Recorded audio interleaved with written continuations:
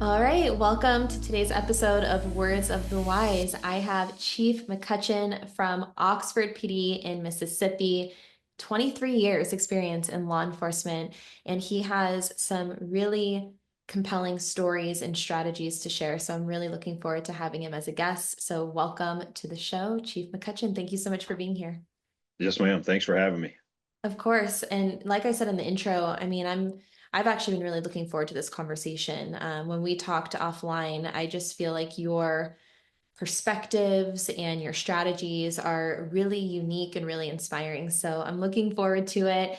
I wanted to maybe give a little bit of background on you. How did you get started in law enforcement? What did those 23 years look like for you? Anything you'd like to share? Yeah, so growing up in a small town, you always idolize first responders and police and things like that. So played every sport growing up, and when that ended after high school, you're just kind of looking for that identity. You're looking for something to give you that drive or that next goal. And so um kind of did a lot of things during college just trying to figure it out, and really had this drawback to being a police officer. And so one summer I'm doing landscape and we're out on a break, and one of the guys says that his brother works for a neighboring county and they're looking for jailers, and he's like, man, that's a great way to get your foot in the door. So I went over to the car, called the jail administrator, told him who I was and would love to work for him. Went did an interview the next day, and then that Monday, man, I'm in the jail. And so from that day on, I have loved every bit of it. Like it's been the most rewarding thing I could have ever done. And so I'm super blessed to have that opportunity. And, just from the jail to where I am today, I think it shaped a little bit of who I am as a person. I love that. And I'm curious to know if, having various assignments and roles throughout your career and starting in corrections, do you think that gave you a different perspective and more maybe empathy and understanding for, various roles as a leader? Yeah, I think that really gave me, because that was about an 18-month assignment. I think that gave me a lot of understanding of the overall job. So very small agency in Mississippi. So the radio's not burning up. They think the agency had five deputies. So everybody wore a lot of hats. Mhm. And at the time, it was me as a brand new 21-year-old, and then my partner who I think was like 76. And so it's just she and I in that whole jail, and it was about a 50-person facility, but someone's always got to be in the control room. So it was just kind of me and all the pods by myself. And at one point, I think before I left, we had two or three homicide suspects, a third armed robber, an armed robber, carjacker. So of 30 some odd inmates, man, you've got a pretty good collection of some violent people. You can't go in there with bravado. You've got to go in there and build relationships. You've got to go in there and kind of hold the line, but treat people as humans, because you're not whipping a whole pod. You're going to have to use your mouth and learn how to communicate. And I think it was the best learning environment for me, to learn to talk to people, to see people where they are, and to understand, what? Sometimes people make decisions that are really outside of who they are. Sometimes that is who they are, but you can't look at everyone with a broad brush and think you're going to be successful in this career. Yeah, absolutely. And do you think that that's important for leadership to understand, to be able to have that empathy and treat people with dignity and respect, but then also having maybe a perspective of the different roles and, the stressors of the different roles for their employees within their agency? I do. I think if you can touch as many bases as a leader in your organization to understand what your staff is going through in each assignment and like what their challenges are, I think it makes you a better leader to be able to sit down and understand, hey, they're going to face this, whether that's a logistical roadblock, maybe it's a wellness roadblock, maybe it's just a life stressor. If you can take as much of that data and then hone in you as a leader to help mitigate those issues for them, I really think you can be the best version of yourself, but the best version of what we need in this profession as a leader. I love that. I wanted to kind of fast forward to, we're rewinding now, but fast forwarding from, corrections to 2019. I know that 2019 was a defining moment for your agency and for you as a leader. Can you maybe give some insights into what was happening during that time? Yeah, so '02 was when I got in law enforcement, and then '03, I get picked up by a police agency that neighbors Oxford. And then the beginning of '04, go to the academy.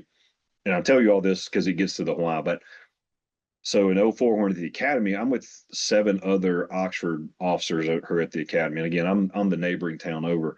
But there was something very different about these Oxford officers. They were very sharp. They were very educated. They knew what they were doing. And I was just a country kid just trying to absorb everything, right? They were a different level. So a girl here in Oxford, she was working at the hospital. So we put roots here. One of my buddies I went to the academy with 6, 8 months later says, "Look, I'm leaving. I'm going back home. They're going to have an opening. Man, let's try to get you in the door." Got very fortunate to get one of those slots. So in '05, I'll move over to Oxford, and I pretty much did my career here, and it's been such a blessing. I feel like I tell everybody, I feel like Oxford raised me as a person. There were so many check marks in my life of people that poured into me. Oxford was so much a part of my maturing process as a person, as a husband, and now as a father, because I was around so many high level people, so many good people. So get to Oxford, do patrol for quite a while, serve on our DUI unit, and then that kind of parlayed into an opportunity in criminal investigations. I'm 44. I just turned 44, so in every assignment, I'm always the young guy, Mhm. which is really cool because as young people, like we have ideas and we want to try to do things. And I had really good leaders around me in every assignment that allowed me to kind of grow and try stuff. And I think corrections was one of those pivotal moments. And then I think investigations was also to get to start a case and then work it all the way through. And you get to do that with the victim or their family. If it's someone who's lost their life, then you're serving that family all the way through court. To be able to be a part of that process was critical for me as a person.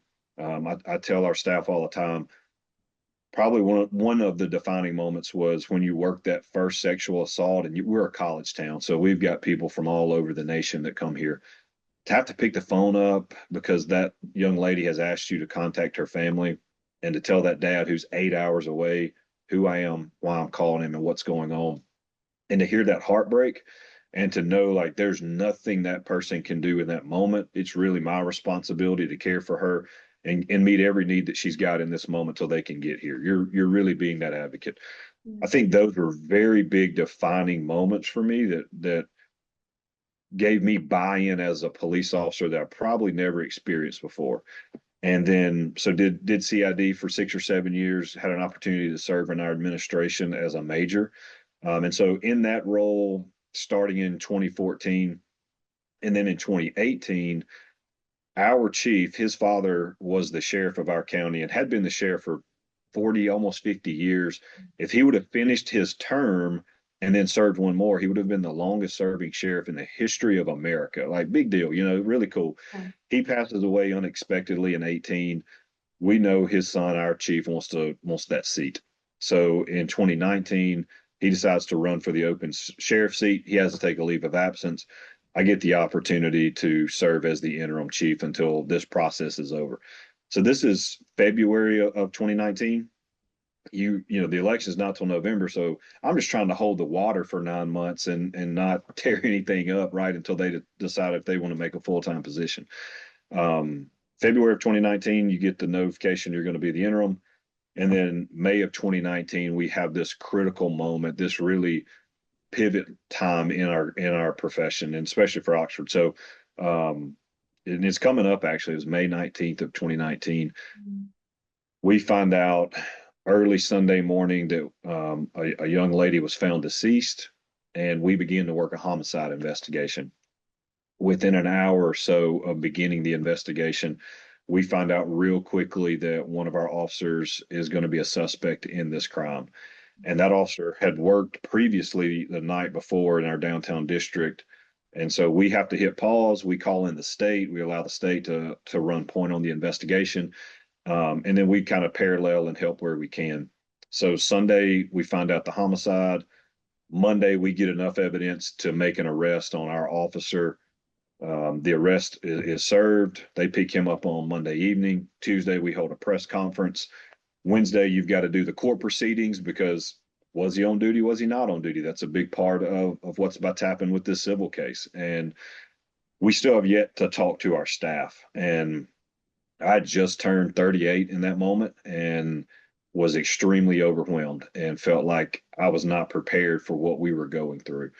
And you're sitting outside on a Thursday wondering what are you going to say to 120 staff members, some that worked with this individual the night of the event, some that are not sure we're even telling all the truth and everything's accurate. They don't want to believe it.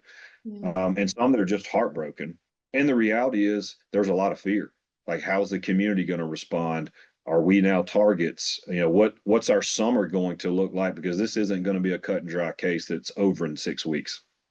And so I'm sitting outside and I'm just like, man, God, what do you say to your peers? Like, I don't feel the power to lead like this. I wasn't expecting this, and I don't know where to go from here. And I was sitting outside in a full squat, like butt to grass position, just kind of looking at the sun, like, what do you do? And I noticed some bricks over to the side of our shed from an old construction project we did, and it took me back to a story in the Old Testament of Nehemiah, and Nehemiah was a cupbearer to the king, and Jerusalem was destroyed, and so Israel is just kind of desolate, and he's like, hey, I have a passion to go back and rebuild my city, and I want your blessing to go rebuild the city, and then I want to do what I need to do to fix my city, and so you fast forward through all that in 50 some odd days, Nehemiah takes a team and they rebuild 3 miles and some change of the city walls. And it sounds like this really cool thing that happens in 50 some odd days. But the truth is, in the story, they have to set out guards to fight the attackers who are constantly trying to take them out on this mission that they have. And then it says at some point in there, even the workers are like laying brick with one hand, they're fighting with a sword in the other. And I thought, you know what? That's exactly where we are as an agency and a community.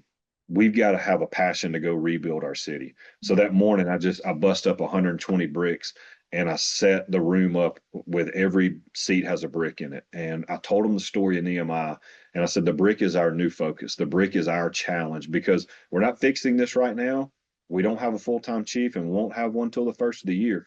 But we've got to rebrand. We got to refocus. We've got to have this new mission. Or we can set in the sorrow and the fear that we could have of the what if, or we can take this mission and say, hey, I've got a job to do, and it's to rebuild my city today.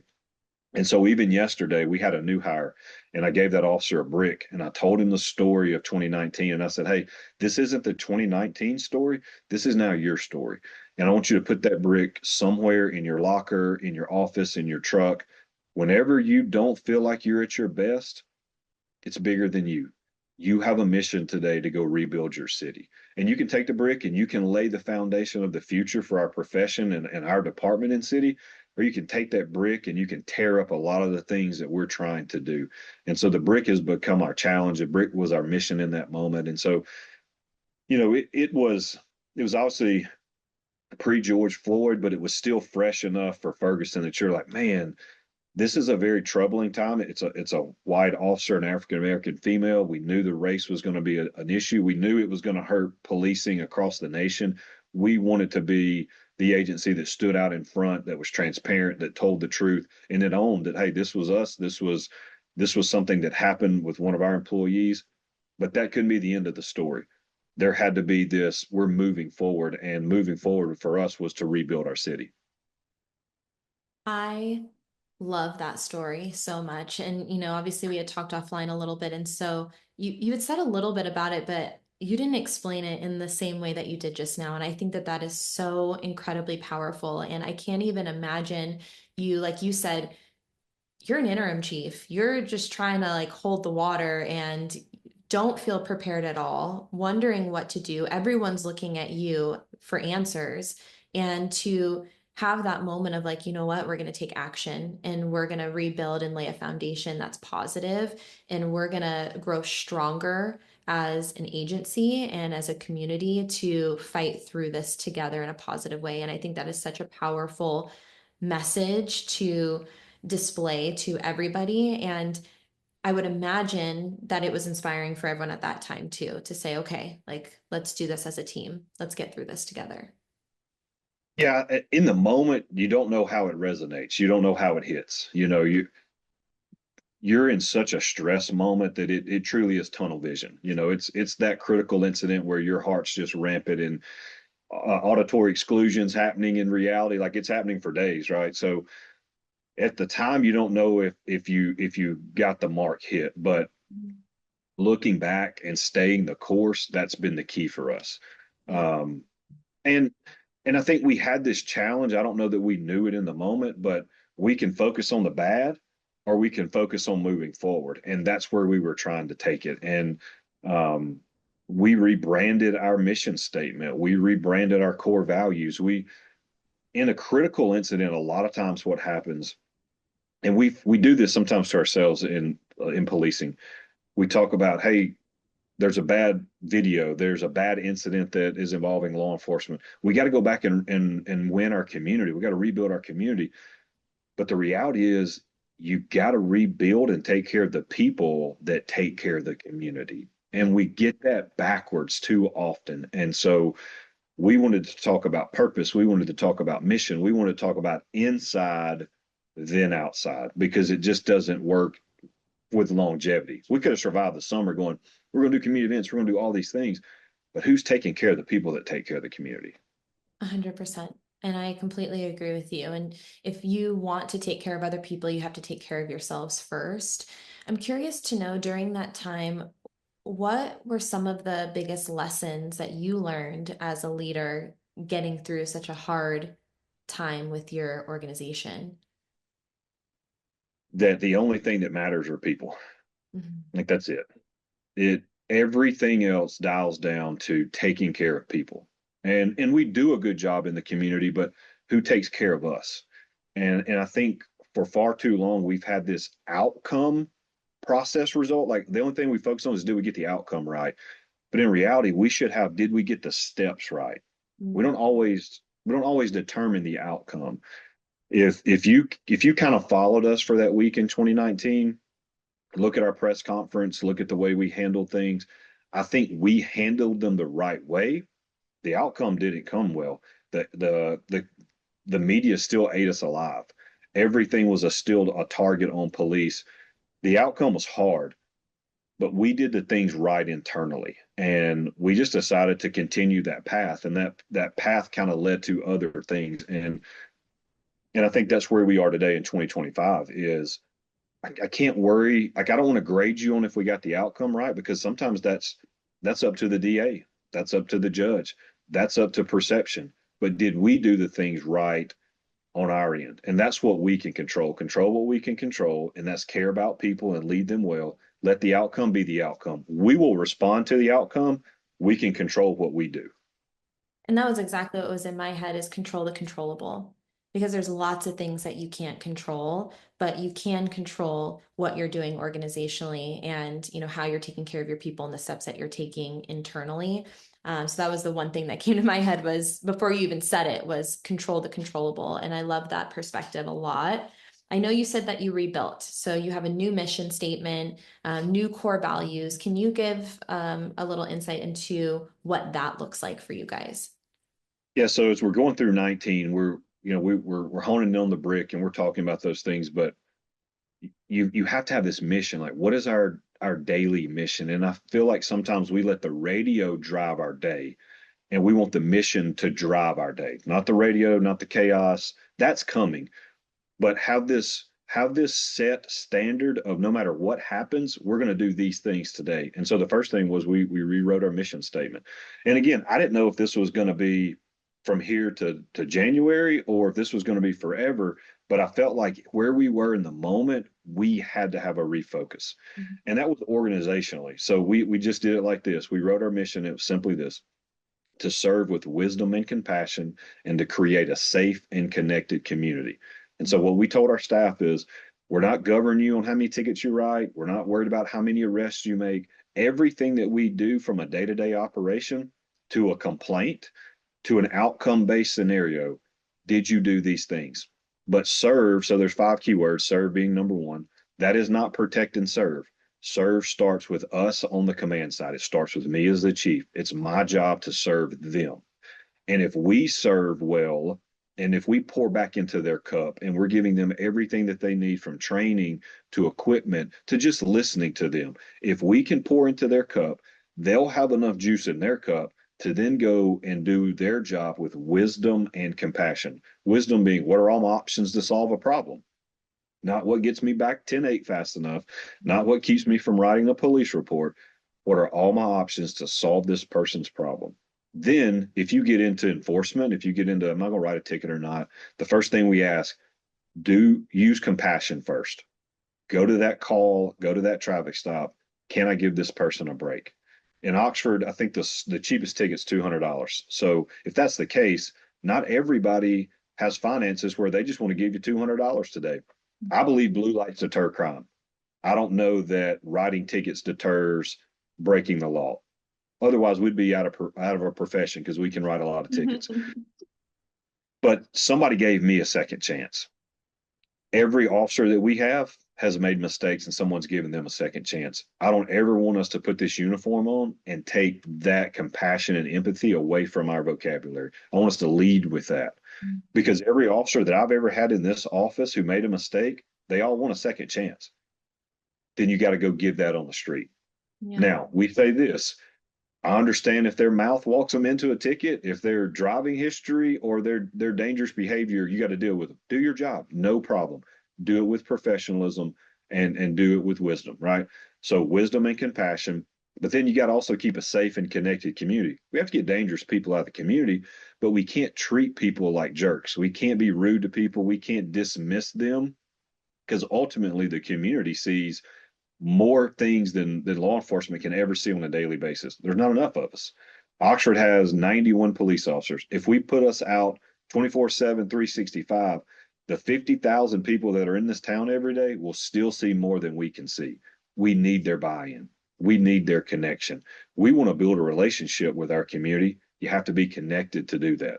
So you got to work hard to solve their problems, but you can't do it in a way that breaches connectivity with them. You need that buy-in. And so we govern everything off that mission statement. We won't allow you to promote if you can't quote that mission statement. And you can't be a lieutenant or a command staff member unless you can quote it and teach it. Because if you're not locked into that mission, you really can't do what we're trying to do, and that's take care of people. And that's leadership. Leadership is caring for your people. And so we're really passionate about it. It's taken us a few years to get that understanding, but I do believe this. I believe that when chaos hits, you don't rise to the level of the occasion. You fall back to the proficiency of your training. So when chaos hits, I want that to be their baseline.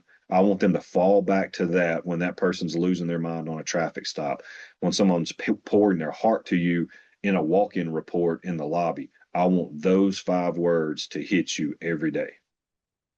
And I can tell how passionate you are about this. And it's like amping me up. Like I feel like, let's go, like really inspired by that. But I love that idea of fall back on your training, but you have to like actually know it. And when I was going through my career and my training, I had a mentor tell me one time, he's like, you have to actually know the things. Because if you're trying to recall it, you don't know it, and then you can't utilize it or fall back on it later, right? Like you have to know it in like every fiber of your being to where it's not even a question. It's like, you're ready whenever you need that. And so I Yeah. love that, like, know it, not just know it, but be able to teach it, because that's another skill set within itself. Knowing something and teaching something completely different. What does that look like for you guys? Like, how do you encourage people to be able to teach that mission statement? It's a lot of conversation. It's a lot of time together. So this morning I texted LT and Sarge and I said, "Hey, are you near the office?" And they said, "We're on our way." So I immediately go to their office and I said, "We've got to be in this process mindset today. For us to get the outcome, like again, we can't control that, but we focus on that too often. How about we just focus on the process?" So we talk about our mission statement. Every Tuesday we do what we call admin meetings. So at 9 o'clock, we talk about what our week's going to look like, and every division is represented because we want good communication throughout our department. So our core values are this: communicate, connect, culture. So if we communicate well together and if we spend time together connecting, we'll have a culture that people will love to be a part of. The job's too hard not to love being here. And the problem is we don't connect together because we don't communicate well together. So you're frustrated. There's enough stress in this profession. Why would I create more? I can mitigate stress by spending time with you and telling you what we're doing as an agency. It does me no good for you to be more stressed on the job. You're going to make more mistakes. So Tuesdays we do admin meetings. We do monthly supervisor meetings. Then we do what we call frontline meetings every other month. And that's a meeting where we will allow one corporal to be in there, but if you have anything above a corporal rank, you can't be there. You're not on the front line anymore, right? You got a sweet job. So but we give them the room and we let them have dialogue with me and we just talk about what's working in the agency, what's not working. And there's only one rule. You can't throw your supervisor under the bus. But if you want to talk about policy, if you want to talk about accreditation, if you want to talk about training, anything that can help you do your job better, I want to know what that is so that we can get it right for you. I want to mitigate stress and frustration on the streets. Um, we do unit meetings where the whole shift comes in without the supervisors and we discuss, man, what is going right, what is going wrong, and how can we better serve you? What do you love about your shift? What do you love about the leadership? And some people say, hey, why don't you let the supervisors in there? I promise you we spend intentional time with the supervisors. They get their time. Not enough troops are getting their time with us. We need that feedback and it needs to be unfiltered. Yeah. They could be off a little bit on what they're discussing, but they need to be able to have a voice. And in those moments, we go back and we teach, why do we talk about the mission? Why are core values so important to us? Why do we hold our leaders at certain standards? Why do we have these daily focuses that we ask our officers to have on a daily basis, right? So yesterday or Wednesday, I pop into shift briefing and we didn't have some great results in court. And so I listened to them kind of frustrate through it. And I'm like, okay, man, hey, send me what frustrated you and then we'll address it. We'll talk to the court. We'll see if we can fix some of these problems. I leave the room and I'm like, I missed a golden opportunity to really hit the mission and who we are. So I come right back in the room and I said, hey, let's talk process versus outcomes. You don't get to pick what the judge decides or rules. Did you do your job and did you do it the right way? And we did. We did our job exactly the way we wanted it done. Don't get caught up in the outcome. Yeah. Hold yourself to the standard of did I do my job? Because what will happen is we'll have this like word vomit spinoff of frustration. And before you know it, 5:45 shift briefing turned into everybody's pissed off the rest of the night and ill. And we make a bad stop or we take that out on a community member. But that goes back to connecting to your team and communicating the why. We have a young department. They want to know the why. They're okay with the why. You got to have the guts to stand there and tell them the why and let them be a part of that. Because let's be honest, at 2 a.m., I'm really not the chief because I'm asleep. The lieutenant, that captain working, that 2-year officer who's on the side of the road, they're making the decisions of who our agency is. I want them to know who we are, why we put something in place, and then to own it because it's going to be a blessing to them and to the community. It's going to keep them legally safe. It's going to keep them tactically safe.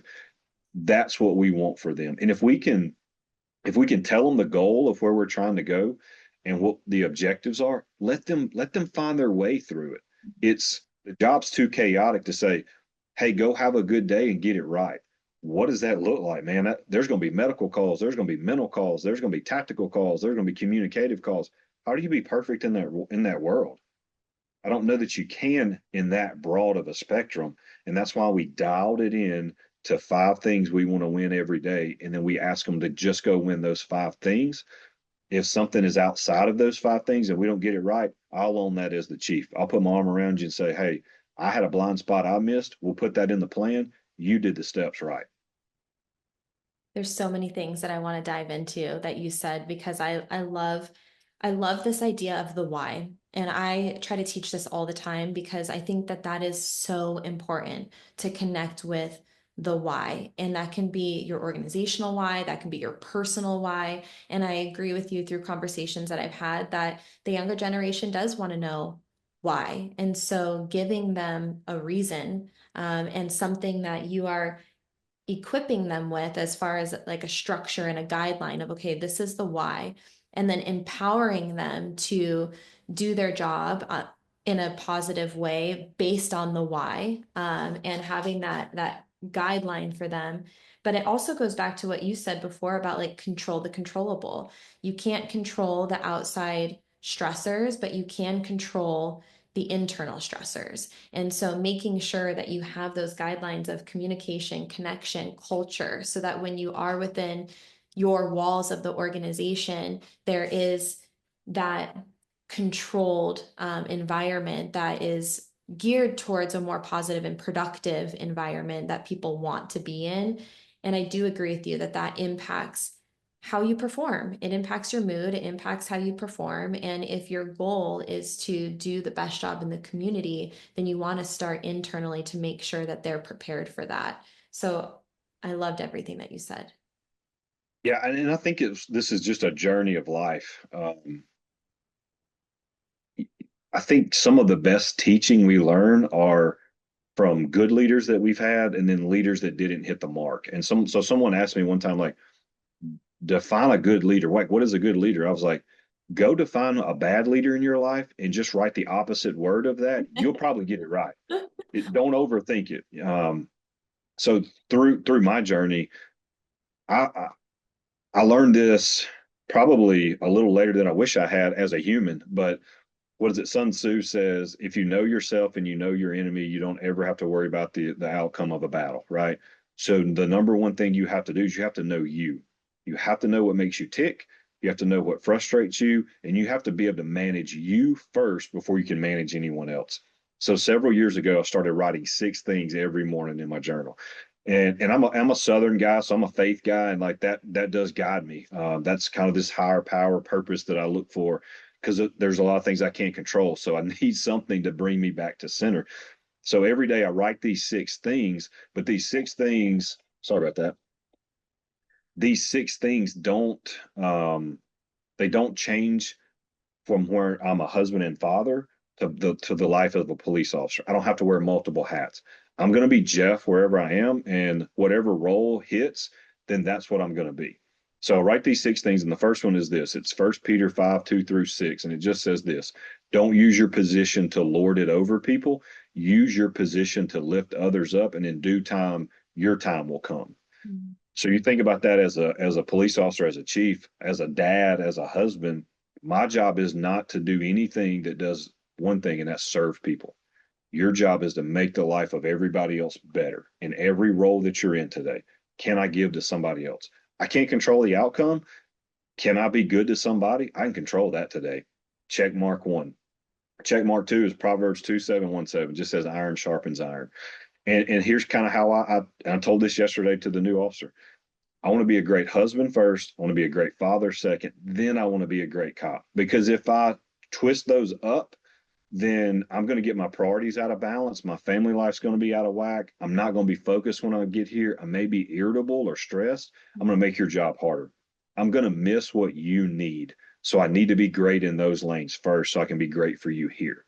We tell them all the time, you can't be great off duty or be wrong off duty, be in chaos, and come here and think you're going to be great. Yep. If your off duty life is chaotic, this job, you get paid to step into chaos. Chaos bred into chaos is going to cause problems for you. You can hide it for a little while, but it's going to start to leak. And when it leaks, it's going to leak on body camera. And it's not going to just hurt our agency, it's going to hurt policing across the nation. We got to be better than that. So I want to be great off duty, then I want to come here and be great. So Proverbs is my second one. The third one really goes back to 2019. I was in a really dark place. Like I could not find peace. I could not find happiness. I could not find joy because all I kept thinking about was the bad things that were happening. I just kept thinking about how dark it was up here. And so I really had to shift. I had a friend come to me and say, man, you need joy. I was like, I would love some joy. And he's like, that's Jesus, others, then you. You're thinking about you. You're thinking about how bad it is for you. So you're constantly focused on the negative. Put your focus on others first. You won't think about how bad you've got it. You'll think about how you can take care of them. You won't even worry about yourself. And so now every day I just write joy. What does joy look like for me? It's focusing on everybody else other than myself. And I found joy. Like I started to find joy out of 2019 because I was like, you know what? I'm going to use this tragedy to be a blessing to everybody I come in contact with. We're going to focus on our mission. We're going to focus on our brick. And then I get into positive culture. That's what we want here. Like I want that in my home life. I want my girls when they come home to be like, hey, I love being here. Like I love the vibes here. I love the energy. We tell our folks like when you pull through our gates, I want you to know you have a team that loves you and cares about you, and that we're all on a mission together. And this is the coolest job. Like you get paid to be a blessing to people. Like who would not love that? Don't bring negative energy here. Let's bring positive in everything that we do. As a leader, its questions are greater than reactions.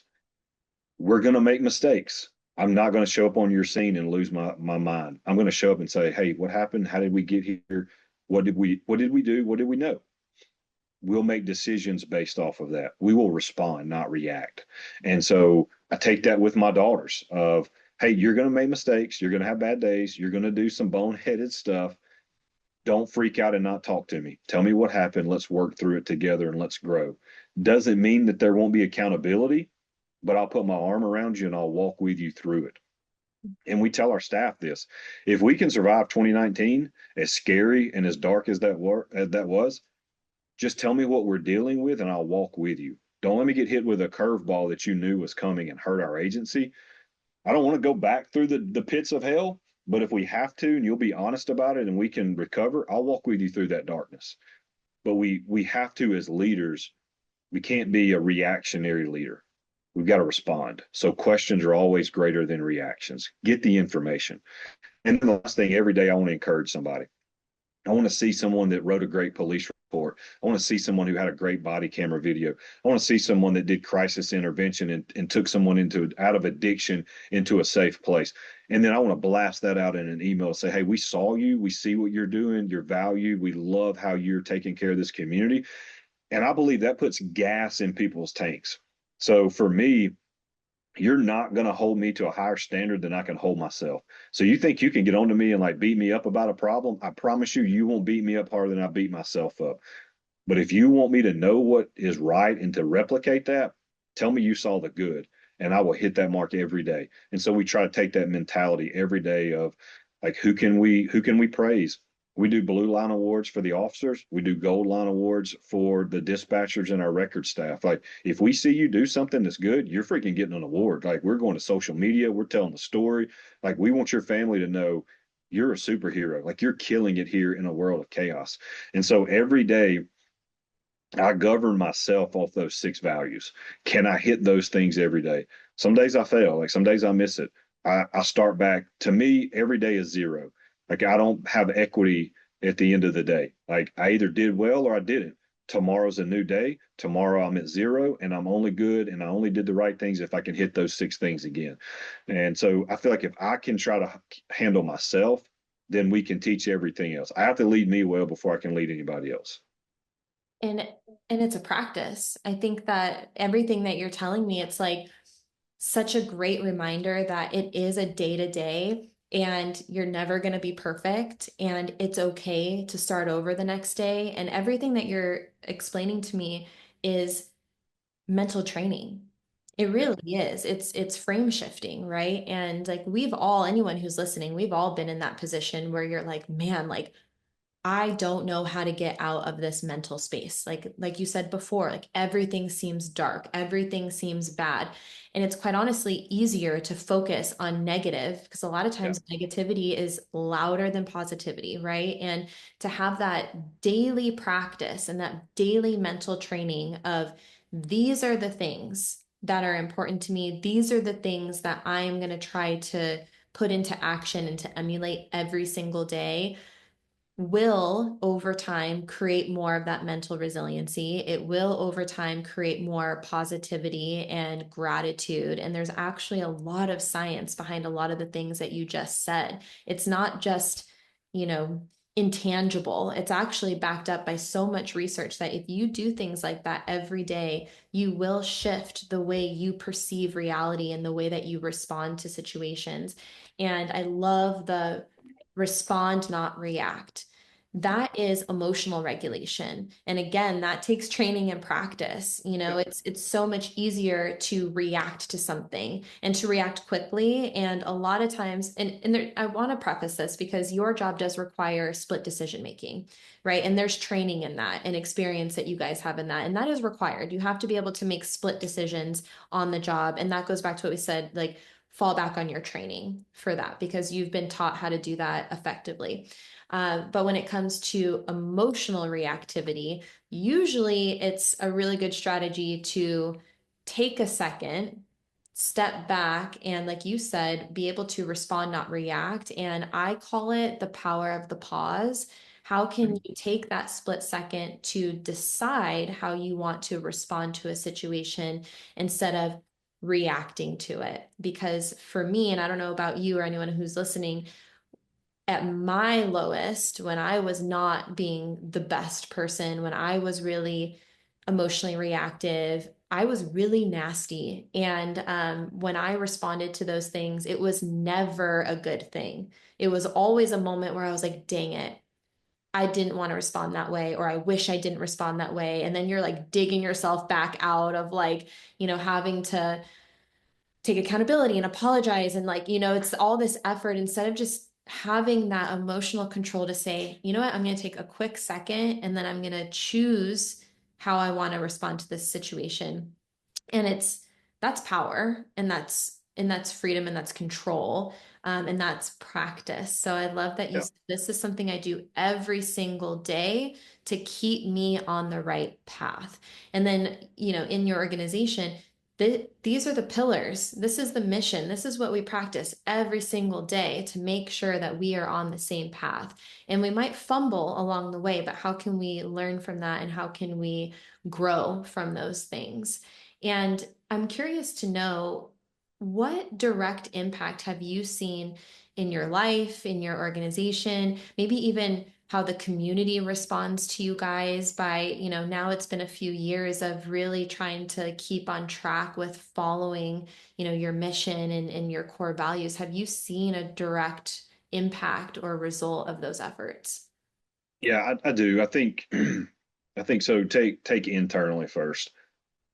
We're having constant conversations now about mental wellness. We're talking about financial wellness. We're talking about relationship wellness.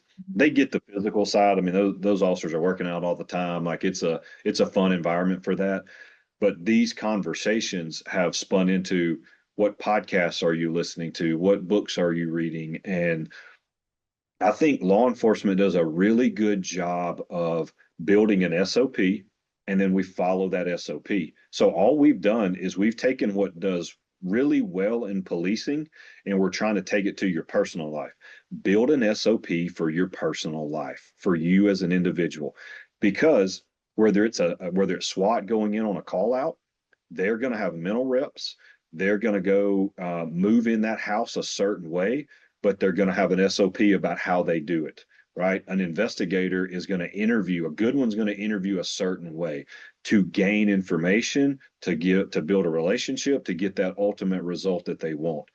So all we did was we took the strategies that make us great on the job and then we're trying to put it in the private practice. And so now we do a book club.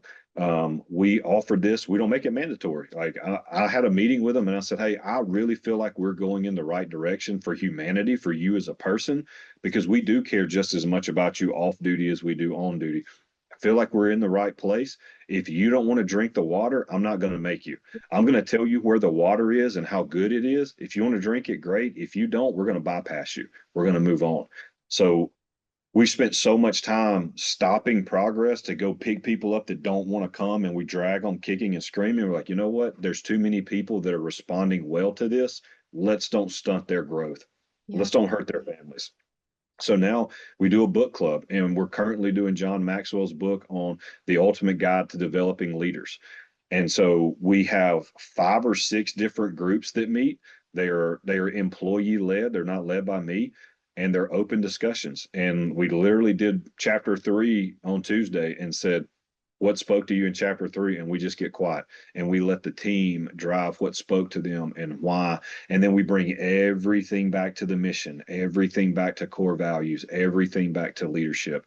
And everything points back to simplicity.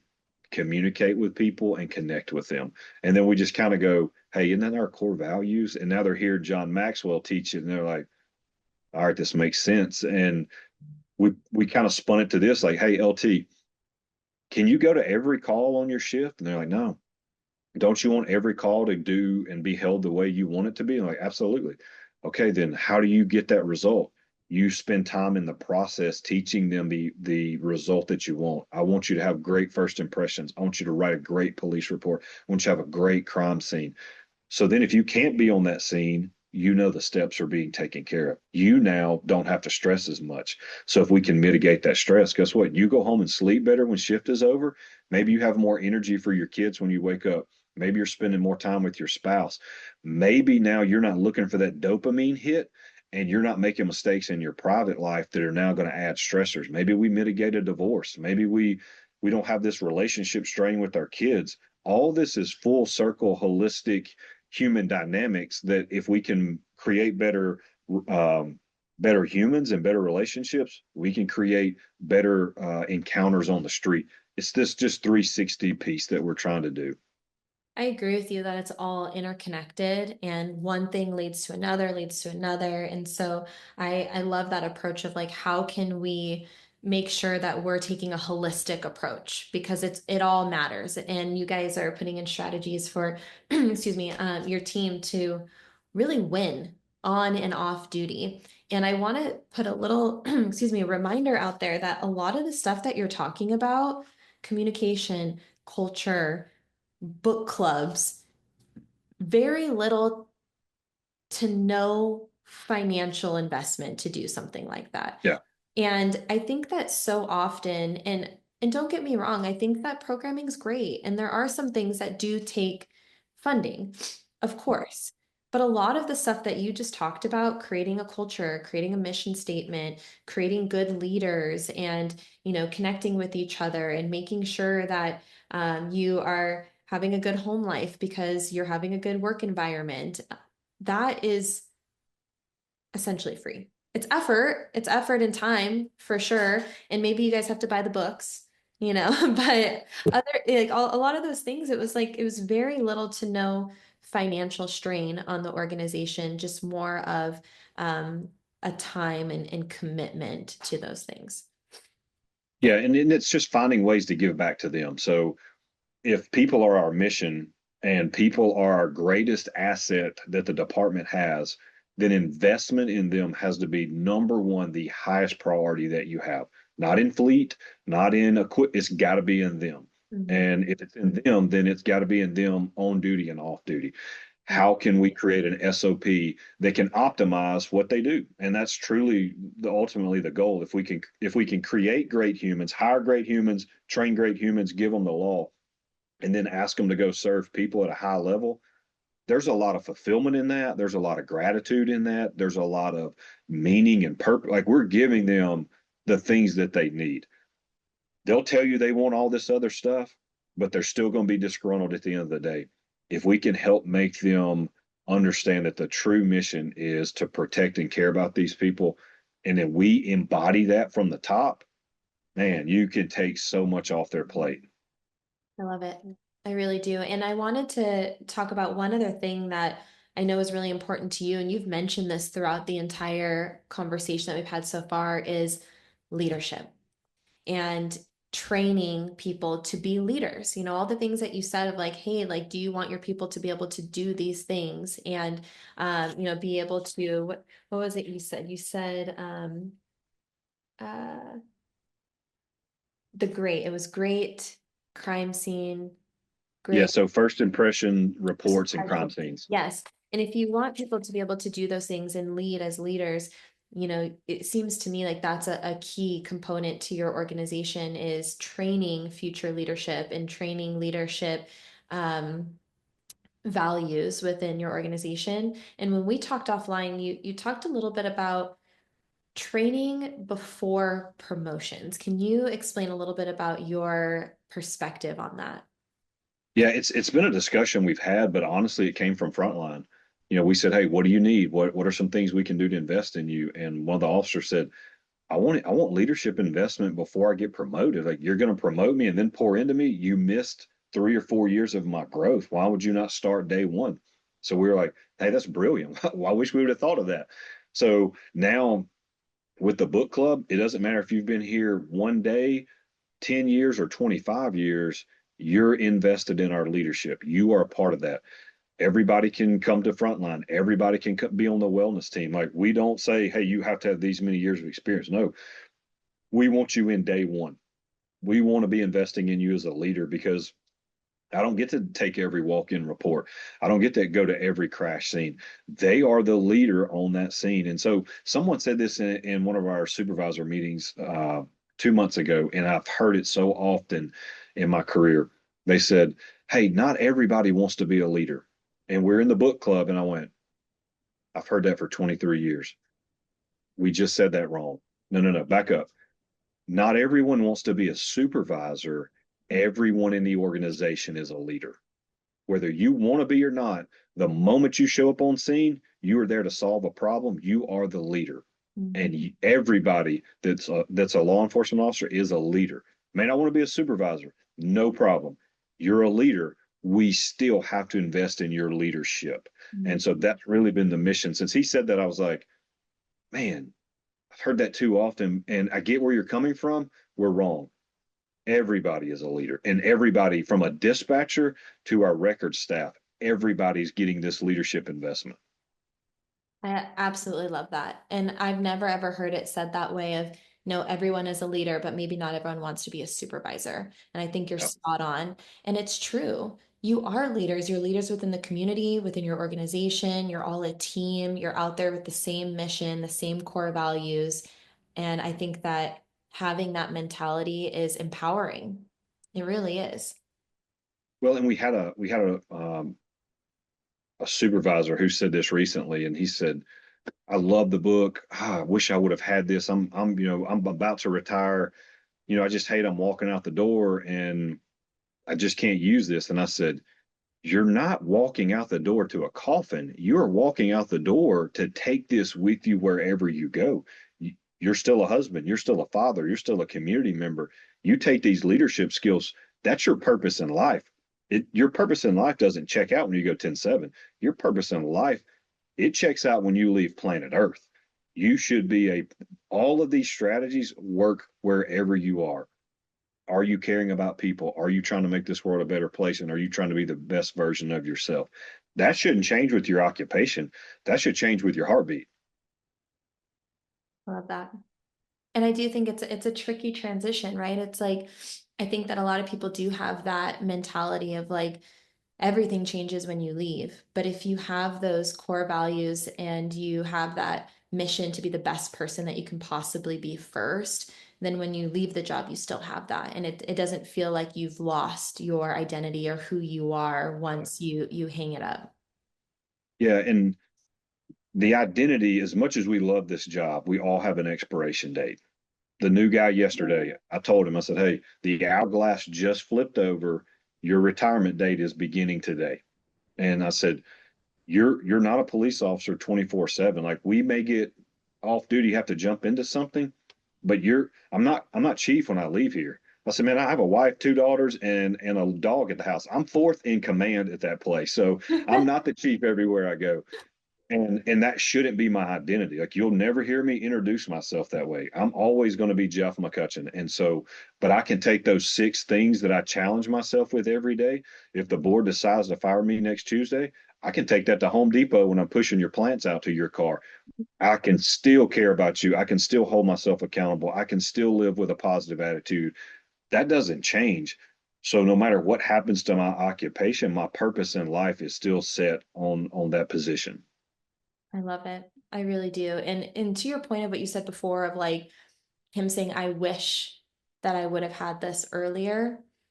We talked offline, but that's the reason why I started this podcast is to really give education and inspiration to people who are in this job, who maybe are earlier in their career, who don't get to the end saying, I wish, who had the education and resources and words of wisdom from other leaders like yourself. So, my final question for you is what words of wisdom would you share with someone who's earlier in their career? Maybe something that you wish you would have known or something that's helped you along the way. I think definitely get a mentor. I think someone asked this yesterday. How do you take all these leadership tactics and objectives and these thoughts and you use them because they can be overwhelming and you're trying to figure this thing out. I think you have to think about what we just talked about. You have to sift it all the way down to the minor details. What truly matters in life within this profession and then off duty with your family. Whatever truly matters, that's what you need to master.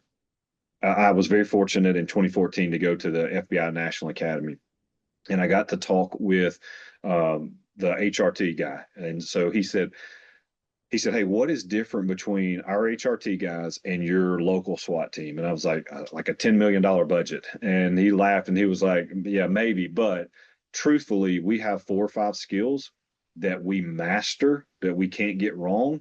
You're probably good at those skills. We're experts in 5 things, and then we can add on to the pieces. But the basics are the basics, and we own the basics." That has changed me forever. So I sat back and I said, "Hey, what are the basics that we need as good people and as good officers? Find 5 skills and own them."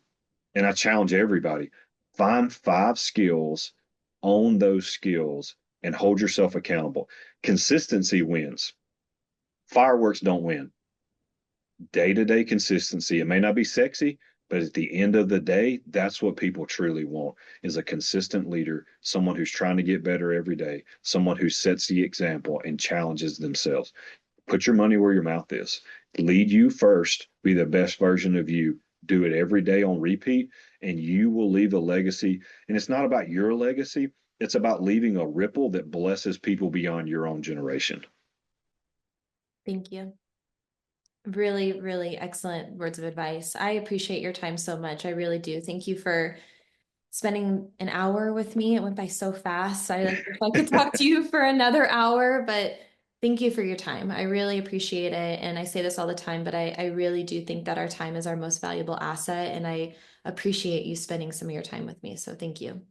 Yeah, I appreciate you. I appreciate what you're doing. I've listened to some of the podcasts and I love it. And I struggled for a long time after 2019 of why I had to go through this. You look back, you go, I'm a good person, like I'm trying to do this right, and why do I have to go through this? And I think it came to stop asking why and start asking how can I use this to be a blessing. And so there's still a lot of scars and like it still hurts, but there's a lot of goodness that comes out of it to help someone else through that tragedy. And we tell everybody and whoever's listening, like if your agency or you personally have to go through something bad, find me, find the Oxford Police Department, you call me and you got a friend, you got an advocate. I walked through that alone, and man, I'm not gonna get emotional, but it almost broke me, and I didn't have anybody, and I was calling friends, and they were like, "Man, I'm sorry, dude, we just never been through this. We're all watching you. Good luck," and they meant that from a good place. But I tell everybody that lets me tell this story is if you need somebody, you got a guy in Oxford, Mississippi that will listen, that will give you advice, that will give you some strategies. You ain't got to walk it along. I'll walk it with you. Thank you. I appreciate that. And, I'll make sure that in the podcast, everyone knows that. And I'll put it in the description that if you need someone and you have it, and you're not alone. And I'm so glad that you brought that up because, I've been in that position too in a totally different context, but where you feel so alone and you don't know what to do and you have that mentality of like, why?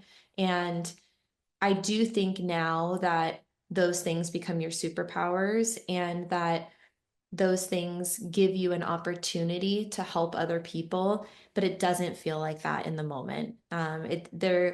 It doesn't feel like there's a rhyme or reason for why these things are happening to you. And I can relate to how incredibly isolating and sad and scary and all the emotions that come with that. But I also want to send a reminder to anyone that there is growth and opportunity to inspire and help others on the other side of it. You just got to keep going, and you need to get the support and resources that are going to help you through that. And so thank you for being that support and resource to anyone who might be listening, who's in it, in the thick of it, and who needs that. And then there's, obviously a reminder in you that you can get through it and you can make a positive impact on other people's lives. So Thank thank you. I've had a blast. It's been fun. No, I've had so much fun. I appreciate your time so much, and hopefully we'll stay in touch.